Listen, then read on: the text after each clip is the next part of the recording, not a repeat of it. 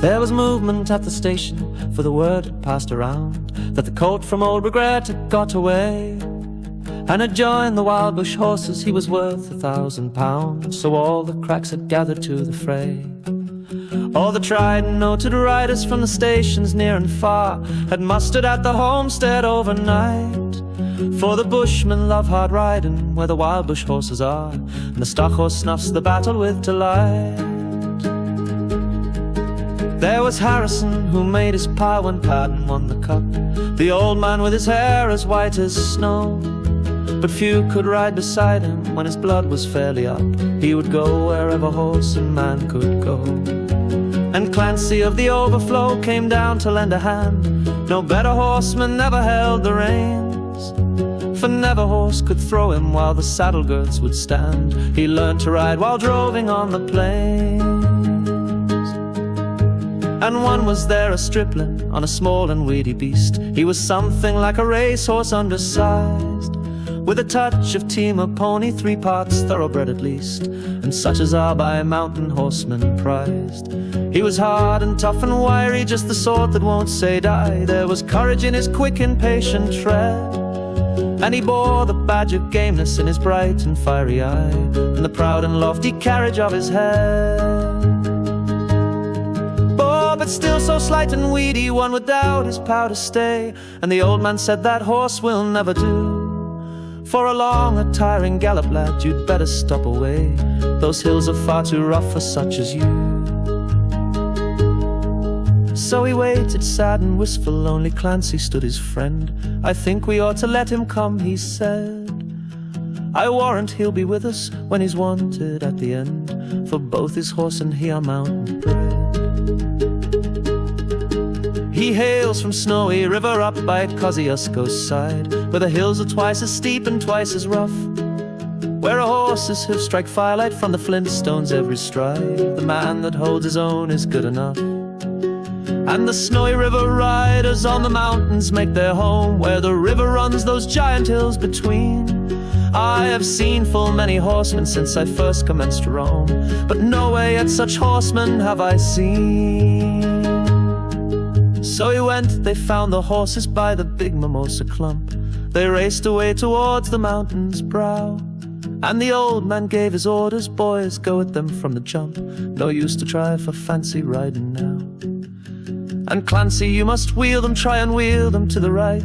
Ride boldly, lad, and never fear the spills, for never yet was rider that could keep the mob in sight, if once they gain the shelter of those hills. So Clancy rode to wheel them, he was racing on the wing, where the best and boldest riders take their place. And he raced his stock horse past them, and he made the ranges ring with the stock whip as he met them face to face. Then they halted for a moment while he swung the dreaded lash, but they saw their well-loved mountain full in view, and they charged beneath the stock whip with a sharp and sudden dash, and off into the mountain scrub they flew. Then fast the horsemen followed, where the gorges deep and black resounded to the thunder of their tread, and the stock whips woke the echoes, and they fiercely answered back from cliffs and crags that beetled overhead. And upward, ever upward, the wild horses held their way, where mountain ash and Currajong grew wide. And the old man muttered fiercely, we may bid the mob good day, no man can hold them down the other side. When they reached the mountain's summit, even Clancy took a pull. It well might make the boldest hold their breath. The wild hop scrub grew thickly, and the hidden ground was full of wombat holes, and any slip was death. But the man from Snowy River let the pony have his head, and he swung his stock whip round and gave a cheer, and he raced him down the mountain like a torrent down its bed, while the others stood and watched in very fear. He sent the flintstones flying, but the pony kept his feet. He cleared the fallen timber in his stride, and the man from Snowy River never shifted in his seat. It was grand to see that mountain horseman ride through the stringy borks and saplings on the rough and broken ground. Down the hillside at a racing pace he went, and he never drew the bridle till he landed safe and sound at the bottom of that terrible descent. He was right among the horses as they climbed the further hill, and the watchers on the mountain standing mute saw him ply the stock-whip fiercely. He was right among them still as he raced across the clearing in pursuit.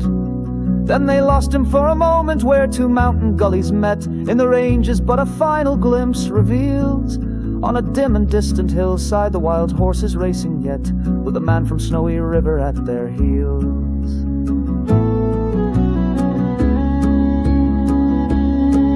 And he ran them single-handed till their sides were white with foam. He followed like a bloodhound on their track till they halted, cowed and beaten. Then he turned their heads for home, and alone and unassisted brought them back. But his hardy mountain pony, he could scarcely raise a trot. He was blood from hip to shoulder from the spur, but his pluck was still undaunted and his courage fiery hot, for never yet was mountain horse a cur.